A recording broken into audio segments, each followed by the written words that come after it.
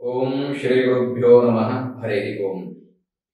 ಓಂ ಶನ್ನೋ ದೇವೀರವಿಷ್ಟಯ ಆಪೋ ಭವಂತು ಪೀತಯೇ ಶಂಯೋರಭಿಸ್ರವಂತು ನಃ ಪ್ರಜಾಪತಯ ನತ್ವದೇತಾನ್ಯನ್ಯ ವಿಶ್ವಾ ಜಾತಾನಿ ಪ್ರೀತಾ ಬಭೂವ ಯತ್ಕಾಮಾಸ್ತೆ ಜುಹಮಸ್ತನ್ನೋ ಅಸ್ತು ವೈರ್ಗುಸ್ಯಾಮಪತಯೋರೈನಾಂ ಇಮಯ್ಯಮಪ್ರಸ್ತರಮಾಹಿ ಸೀತಾಂಗಿರೋ ಭಕ್ತಿದ್ರವ್ಯ ಸಂವಿಧಾನಃ ಆತ್ವಾ ಮಂತ್ರಾಪವಿಶಸ್ತಾವಹಂ ದ್ವೇನಾರಾಜನ್ ಹವಿಷಾಮಾಧಯಸ್ವ. ಜ್ಯೇಷ್ಠ ನೀಲಾಂಬಿಕನಾಗಿರ್ತಕ್ಕಂತಹ ಶ್ರೀ ಶನೈಶ್ಚರ ಸ್ವಾಮಿಗೆ ವಂದಿಸುತ್ತಾ ಎಲ್ಲ ನನ್ನ ಆತ್ಮೀಯ ಸಹೃದಯ ಜ್ಯೋತಿಷ್ಯ ವೀಕ್ಷಕರಿಗೆ ಜ್ಯೋತಿಷಿ ವಾಸ್ತುತಜ್ಞ ಡಾಕ್ಟರ್ ವಿಶ್ವನಾಥ್ ಭಾಗವತ್ ಮಾಡುವಂತಹ ನಮಸ್ಕಾರಗಳು, ವಂದನೆಗಳು. ಸ್ನೇಹಿತರೆ, ಶ್ರಾವಣ ಮಾಸದಲ್ಲಿದ್ದೇವೆ. ಶ್ರಾವಣ ಶನಿವಾರ, ಶ್ರಾವಣ ಮಂಗಳವಾರ, ವರಮಹಾಲಕ್ಷ್ಮಿ, ಮಂಗಳಗೌರಿ, ರಕ್ಷಾಬಂಧನ, ಕೃಷ್ಣ ಜನ್ಮಾಷ್ಟಮಿ, ಹೀಗೆ ಹಲವು ಹಬ್ಬಗಳನ್ನು ಒಳಗೊಂಡಿರ್ತಕ್ಕಂತಹ ಶ್ರಾವಣ ಮಾಸ ಸರ್ವಶ್ರೇಷ್ಠವಾಗಿರ್ತಕ್ಕಂಥದ್ದು. ಅದರಲ್ಲೂ ವಿಶೇಷವಾಗಿ ಶ್ರಾವಣ ಶನಿವಾರ ಅಂತಂದ್ರೆ ಶನಿ ಮಹಾತ್ಮನಿಗೆ, ವೆಂಕಟೇಶ್ವರ ಸ್ವಾಮಿಗೆ, ಆಂಜನೇಯ ಸ್ವಾಮಿಗೆ ವಿಶೇಷವಾಗಿ ಪೂಜೆಯನ್ನು ಮಾಡಿಕೊಂಡು ನಮ್ಮನ್ನ ಪಾವನ ಮಾಡಿಕೊಳ್ಳಲಿಕ್ಕೆ, ನಮ್ಮ ಕಷ್ಟ ಕಾರ್ಪಣ್ಯಗಳನ್ನ ದೂರ ಮಾಡಿಕೊಳ್ಳಲಿಕ್ಕೆ ಇರ್ತಕ್ಕಂತಹ ವಿಶೇಷವಾದಂತಹ ಮಾಸ, ವಿಶೇಷ ಸಂದರ್ಭ. ಎಲ್ಲರೂ ಶನೈಶ್ವರ ಸ್ವಾಮಿಯನ್ನ ಪ್ರಾರ್ಥನೆ ಮಾಡಿಕೊಳ್ತಾ ಹೋಗಿ. ಈಗ ಕುಂಭರಾಶಿ ಅಧಿಪತಿಯು ಶನಿ ಪರಮಾತ್ಮನೆ. ಮಾಸವು ಶ್ರಾವಣ ಮಾಸ, ಶನಿ ಪರಮಾತ್ಮನಿಗೆ ವಿಶೇಷವಾದಂತಹ ಮಾಸ. ಹಾಗಾಗಿ ಕುಂಭರಾಶಿ, ಕುಂಭಲಗ್ನದ 2024 ಆಗಸ್ಟ್ ತಿಂಗಳ ಮಾಸ ಭವಿಷ್ಯವನ್ನು ನೋಡೋಣ ಮತ್ತು ಗ್ರಹ ಸ್ಥಿತಿಗಳನ್ನ ನೋಡ್ತಾ ಹೋಗೋಣ.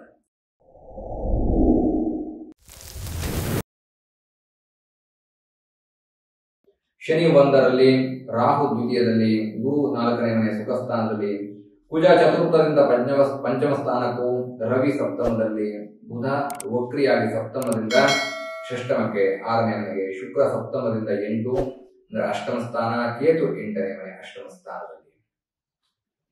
ಇದು ಆಗಸ್ಟ್ 2024 ಕುಂಭರಾಶಿಯ ಪ್ಲೇಸ್ಮೆಂಟ್. ಗ್ರಹಗಳ ಚಲನೆ ಈ ಸ್ಥಾನಗಳಲ್ಲಿದ್ದಾರೆ. ಹಾಗಾಗಿ ಈಗ ಮಾಸ ಭವಿಷ್ಯವನ್ನು ನೋಡ್ತಾ ಹೋಗೋಣ. ಕುಂಭರಾಶಿಯವರಿಗೆ ಒಂದು ಭಯ ಇದೆ. 7.5 ನಡೀತಾ ಇದೆ, ನಾನು ಅನ್ಕೊಂಡಿದ್ದು ಏನೂ ಆಗಲಿಲ್ಲ, ನಾನು ಏನೇ ಅನ್ಕೊಂಡ್ರು ಕೂಡ ನನಗೆ ವಿರುದ್ಧವಾಗಿ ಅಥವಾ ನನಗೆ ನೆಗೆಟಿವ್ ರಿಸಲ್ಟೇ ಬರುತ್ತೆ, ಉದ್ಯೋಗ ಸಿಗಲ್ಲ, ಆದಾಯ ಇರಲ್ಲ, ಈ ರೀತಿಯಾದಂತಹ ಯೋಚನೆಗಳು ಮಾತ್ರ ನಿಮ್ಮಲ್ಲಿದ್ದಾವೆ. ಆದರೆ ನಂಬಿ ನೆನಪಿಡಿ, ನಿಮ್ಮ ಶಕ್ತಿಗೆ ಯಾವುದೇ ರೀತಿಯಾದಂತಹ ಕೊರತೆ ಇಲ್ಲ. ಜಾತಕದಲ್ಲಿ ತುಂಬಾ ಉತ್ತಮವಾಗಿರ್ತಕ್ಕಂತಹ ಫಲವನ್ನ ಎದುರು ನೋಡ್ತಕ್ಕಂತಹ ಮಾಸ ನಿಮಗೆ ಕಣ್ಮುಂದೆ ಬಂದಾಗಿದೆ. ಅದು ಆಗಸ್ಟ್ 2024.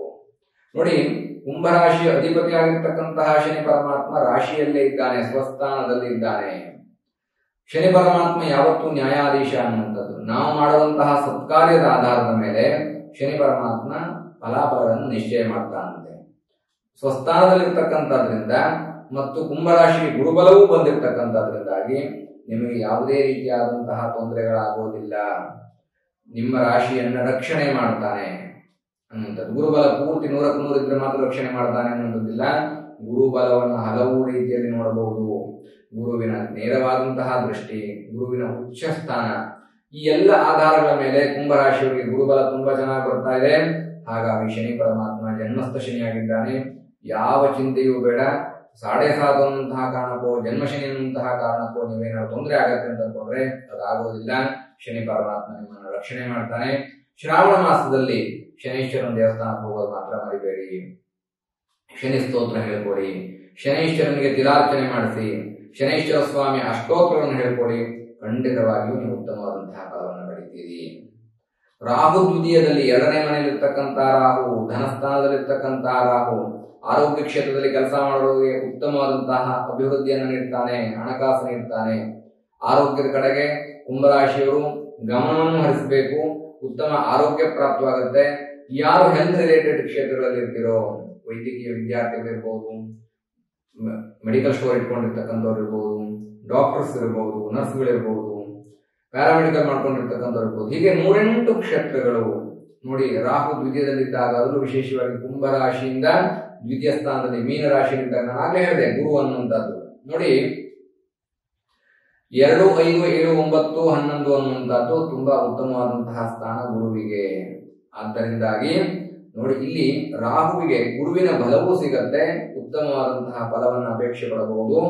ಆರೋಗ್ಯದ ಕಡೆ ಒಂಚೂರು ಗಮನ ಹರಿಸಿಕೊಂಡ್ರೆ ನಿಮ್ಮ ಎಲ್ಲಾ ಕ್ಷೇತ್ರಗಳಲ್ಲೂ, ಅದರಲ್ಲೂ ಕೂಡ ವಿಶೇಷವಾಗಿ ವೈದ್ಯಕೀಯ ಕ್ಷೇತ್ರದಲ್ಲಿ ಇರ್ತಕ್ಕಂಥವರಿಗೆ ತುಂಬಾ ಉತ್ತಮವಾದಂತಹ ಯಶಸ್ಸು, ಲಾಭ ಪ್ರಾಪ್ತವಾಗುತ್ತೆ.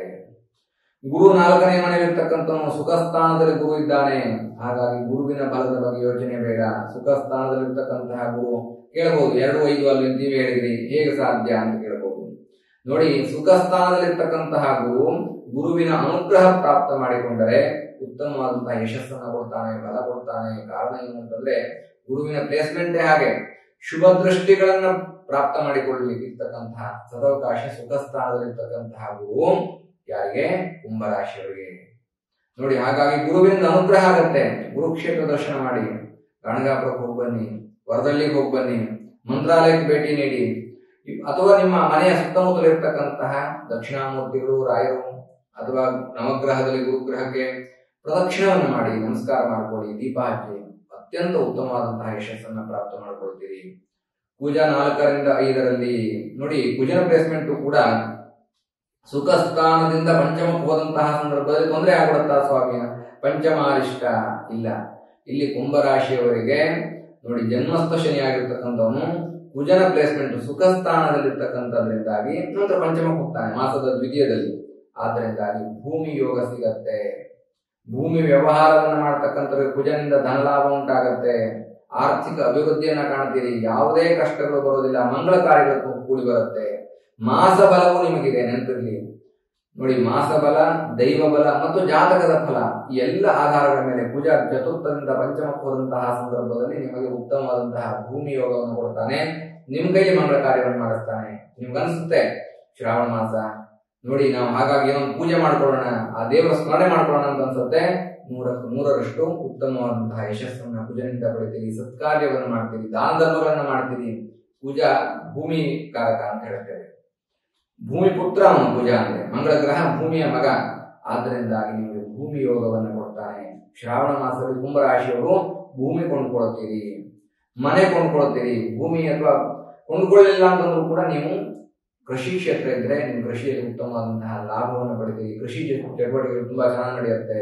ಇದೆಲ್ಲ ಯೋಗಗಳು ಕುಜನಿಂದ ಉಂಟಾಗತ್ತೆ. ಯಾವುದಂದ್ರೆ ದುಡ್ಡೇ ಇಲ್ಲ ಸ್ವಾಮಿ, ನಾನು ಮನೆನೂ ತೆಗೆದುಕೊಂಡಿಲ್ಲ ಅಂದ್ರೆ ಬಾಡಿಗೆ ಮನೆಯಲ್ಲಿರ್ತಕ್ಕಂಥ ನೀರಿಗೆ ಹೋಗ್ತೀರಿ, ಇದಾದ್ರೂ ನಡೆಯುತ್ತೆ. ಒಟ್ಟು ಮನೆಗೆ ಅಭಿವೃದ್ಧಿ ಆಗುವಂತಹ ಕೆಲಸ ಕಾರ್ಯವನ್ನು ಕುಜ ಮಾಡಿಸ್ತಾನೆ ಕುಂಭರಾಶಿಯವರಿಗೆ.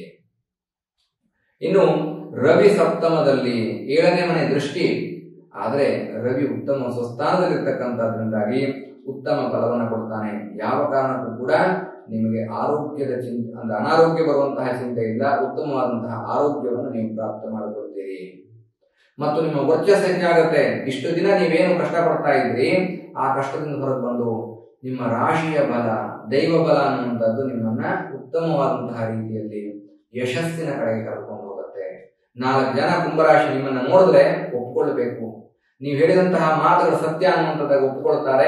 ನಿಮ್ಮ ತೀರ್ಮಾನಗಳು ತಲೆಬಾಗ್ತಾರೆ ಮತ್ತು ನಿಮ್ಮ ವಿಷಯವನ್ನು ಇಟ್ಕೊಂಡು ಗೌರವದ ರೀತಿಯಲ್ಲಿ ನಿಮ್ಮ ವಿಷಯವನ್ನು ನೋಡ್ತಾ ಹೋಗ್ತಾರೆ. ವ್ಯಕ್ತಿ ತುಂಬಾ ಒಳ್ಳೆಯವರು, ಒಳ್ಳೆಯ ತೀರ್ಮಾನ ತೆಗೆದುಕೊಂಡಿದ್ದಾರೆ, ಒಳ್ಳೆಯ ನಡತೆ ಬಂದಿದೆ, ಒಳ್ಳೆಯ ಮಾತುಗಾರರು, ಒಳ್ಳೆಯ ವ್ಯವಹಾರಸ್ಥರು, ಅವರನ್ನು ನಂಬಿದ್ರೆ ಕೆಲಸ ಆದಿತ್ತು ಅನ್ನುವಂತಹ ಯೋಗ ನಿಮಗೆ ರವಿಯಿಂದಾಗಿ ಪ್ರಾಪ್ತವಾಗುತ್ತೆ. ಜನ ನಿಮ್ಮನ್ನು ಆ ರೀತಿಯಲ್ಲಿ ನೋಡ್ತಾರೆ. ಬಂದಂತಹ ಸ್ಥಾನವನ್ನು ಸದುಪಯೋಗ ಮಾಡಿಕೊಳ್ಳಿ, ತುಂಬಾ ಉತ್ತಮವಾದಂತಹ ಫಲವನ್ನ ಪ್ರಾಪ್ತ ಮಾಡಿಕೊಳ್ತೀರಿ. ಬುಧ ಸಪ್ತಮದಿಂದ ಸಾಧಕ ಸ್ಥಾನಕ್ಕೆ ಬರ್ತಾನೆ. ನೋಡಿ, ಸಾಧಕ ಸ್ಥಾನಕ್ಕೆ ಬಂದಂತಹ ಬುಧ ನಿಮ್ಮನ್ನ ವಿಶೇಷವಾಗಿ ನೋಡಿ 2, 4, 6, 8, 10, 11 ಇದೆಲ್ಲ ಬುಧನಿಗೆ ಉತ್ತಮವಾದಂತಹ ಗೋಚಾರದಲ್ಲಿ ಶುಭ ಸ್ಥಾನ. ಹಾಗಾಗಿ ಒಳ್ಳೆಯ ಬುದ್ಧಿ ಜ್ಞಾನ ವೃದ್ಧಿಯನ್ನು ಮಾಡ್ತಾ ಹೋಗ್ತಾನೆ. ವಿಷ್ಣುವಿನ ಅನುಗ್ರಹ ಪ್ರಾಪ್ತವಾಗ್ತಾ ಹೋಗುತ್ತೆ. ಲಕ್ಷ್ಮೀ ಅನುಗ್ರಹದಿಂದ ಭೂಮಿ ಯೋಗ ಮತ್ತು ಲಕ್ಷ್ಮೀನಾರಾಯಣ ಸುಯೋಗ ಪ್ರಾಪ್ತಿ ಆಗತ್ತೆ. ನಿಮ್ಮಲ್ಲಿ ಲವಲವಿಕೆ ಆಸಕ್ತಿಗಳು ಜಾಸ್ತಿ ಆಗ್ತಾ ಹೋಗುತ್ತೆ. ಮನೆಯಲ್ಲಿ ಸಂತೋಷದಾಯಕವಾಗಿರ್ತಕ್ಕಂತಹ ವಾತಾವರಣವನ್ನ ನೀವು ಕಾಣ್ತೀರಿ. ಬುಧ ಅಂದ್ರೆ ಬುದ್ಧಿಕಾರಕಂ ಹೌದು, ಜ್ಞಾನಕಾರಕಂ ಹೌದು. ನಿಮ್ಮಲ್ಲಿ ಹ್ಯೂಮರಸ್ ಅನ್ನ ಜಾಸ್ತಿ ಮಾಡ್ತಕ್ಕಂಥವ್ರು ಕೂಡ ಬುಧ. ಅಂದ್ರೆ ಮನೆಯಲ್ಲಿ ಪ್ರೀತಿ ವಿಶ್ವಾಸವನ್ನ, ಸಂತೋಷವಾಗಿರೋದಕ್ಕೆ ನಿಮ್ಮದು ಸಂಪತ್ತೇ ಇರಬೇಕು ಅನ್ನುವಂಥದ್ದಿಲ್ಲ. ಆಸ್ತಿ ಪಾಸ್ತಿ ಕಾರು ಬಂಗ್ಲೆ ಇವೆಲ್ಲ ಇದ್ರೆ ಮಾತ್ರ ಸಂತೋಷವಾ? ಖಂಡಿತ ಅಲ್ಲ. ಬುಧ ಚೆನ್ನಾಗಿರ್ಬೇಕು. ಬುಧ ಚೆನ್ನಾಗಿದ್ರೆ ನೀವು ಗುಡಿಸಲಲ್ಲಿದ್ರು ಕೂಡ ಸಂತೋಷದಾಯಕವಾಗಿರ್ತೀರಿ. ಅಂತಹ ಯೋಗವನ್ನ ಮೊದಲು ವಿಶೇಷವಾಗಿ ಗಂಡ ಹೆಂಡತಿಯರಲ್ಲಿ, ತಂದೆ ಮಕ್ಕಳಲ್ಲಿ ಅಥವಾ ನಿಮ್ಮ ಕುಟುಂಬದಲ್ಲಿ ಬುಧ ಉತ್ತಮವಾದಂತಹ ಸುಖ ಸ್ಥಾನವನ್ನ ಅಥವಾ ಸುಖ ಫಲವನ್ನ ಕೊಡ್ತಾ ಹೋಗ್ತಾನೆ. ಸುಖ ಅಂದ್ರೆ ಏನು, ಸಂತೋಷದಾಯಕವಾಗಿರ್ತೀರಿ, ಯಾವ ಕಾರಣಕ್ಕೂ ಕೂಡ ನಿಮ್ಗೆ ಕಷ್ಟ ಅನ್ನುವಂಥದ್ದು ಬರೋದಿಲ್ಲ, ಎದುರಿಸ್ತೀರಿ, ಏನೇ ಕಷ್ಟ ಬಂದು ಕೂಡ ಎದುರಿಸ್ತೀರಿ, ನಗನಗ್ತಾ ಇರ್ತೀರಿ. ಕುಂಭರಾಶಿಯವರು ಆಗಸ್ಟ್ ತಿಂಗಳಲ್ಲಿ ನೆನಪಿಟ್ಕೊಳ್ಳಿ. ಶುಕ್ರ ಸಪ್ತಮದಿಂದ ಅಷ್ಟಮ ಸ್ಥಾನಕ್ಕೆ ಹೋಗ್ತಾನೆ. ನೋಡಿ, ಸಪ್ತಮದಲ್ಲಿದ್ದಾಗ ಪ್ರಾರಂಭದಲ್ಲಿ ನಿಮ್ಗೆ ಏನ್ ಅನ್ಸುತ್ತೆ, ಇವರೆಲ್ಲ ಹೇಳಿದ್ದೆಲ್ಲ ಸುಳ್ಳು, ನನಗೇನು ಆಗ್ಲಿಲ್ಲ, ಕೆಳಗೆ ಬರ್ಕೊಡ್ತೀರಿ, ಒಂದು ಲೈನ್ ಕೇಳಿಸ್ಕೊಳ್ತೀರಿ, ಕಮೆಂಟ್ ಬರ್ಕೊಡ್ತೀರಿ. ಆದ್ರೆ ಇಲ್ಲಿ ನೋಡಿ, ನಾನು ಹೇಳೋದು ಸಂಪೂರ್ಣವಾಗಿ ಕೇಳಿಸ್ಕೊಳ್ಳಿ. ಸಪ್ತಮ ಸ್ಥಾನದಲ್ಲಿದ್ದಾಗ ಹಣ ಖರ್ಚಾಗಬಹುದು, ಏನು ಖರ್ಚು ಮಾಡಿದ್ರೆ ಅಂದ್ರೆ ಗೊತ್ತಾಗಲ್ಲ, ಎಷ್ಟು ದುಡ್ಡು ಬಂದು ಖರ್ಚಾಗೋಗಿದೆ ಅಂತ ಯೋಚನೆ ಮಾಡ್ತೀರಿ. ಆದ್ರೆ ಅಷ್ಟಮ ಸ್ಥಾನಕ್ಕೆ ಬಂದಂತಹ ಸಂದರ್ಭದಲ್ಲಿ ಶುಕ್ರನಿಗೆ ಆ ಸ್ಥಾನವೂ ಕೂಡ, ಅಷ್ಟಮ ಸ್ಥಾನವೂ ಕೂಡ ವಿಶೇಷವಾದಂತಹ ಯೋಗ ಕೊಡುತ್ತೆ. ಪಿತರಾರ್ಜಿತ ಆಸ್ತಿ, ಅದರಲ್ಲೂ ವಿಶೇಷವಾಗಿ ಹೆಣ್ಣು ಮಕ್ಕಳಿಗೆ ತಾಯಿ ಮನೆ ಕಡೆಯಿಂದ ಬರ್ತಕ್ಕಂತಹ ಕುಂಕುಮದ ಆಸ್ತಿ ಬರುತ್ತೆ. ಲಕ್ಷ್ಮೀ ಯೋಗ, ತಾಯಿ ಆಶೀರ್ವಾದ ಇರುತ್ತೆ. ನೋಡಿ, ಏನೂ ನಡೆಯಲಿಲ್ಲ ಅಂದ್ರೆ ತಾಯಿ ನಿಮ್ಮ ಕೇಳದೆ ಇದ್ರು ಕೂಡ ಒಂದು ಸಾಸಿವೆ ಡಬ್ಬದಲ್ಲಿ ಇರ್ತಕ್ಕಂಥ 100-500 ರೂಪಾಯಿ ತೆಗೆದುಕೊಡ್ತಾರೆ. ಇದಾದ್ರೂ ನಡೆಯುತ್ತೆ.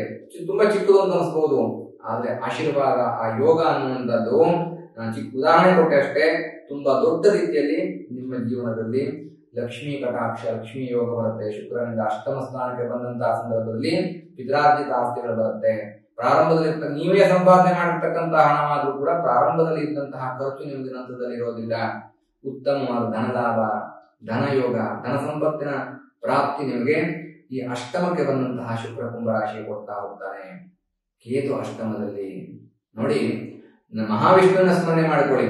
ಅನಾದಿ ನಿಧನೋ ದೇವ ಶಂಖಚಕ್ರ ಗದಾಧರ ಅಕ್ಷಯ ಪುಂಡರೀಕಾಕ್ಷೋ ಪ್ರೇತ ಮೋಕ್ಷ ಪ್ರದೋಭವ. ಶ್ರಾವಣ ಮಾಸದಲ್ಲಿ ಪಿತೃದೇವತೆಗಳನ್ನ ಸ್ಮರಣೆ ಮಾಡಬೇಕಂತೆ.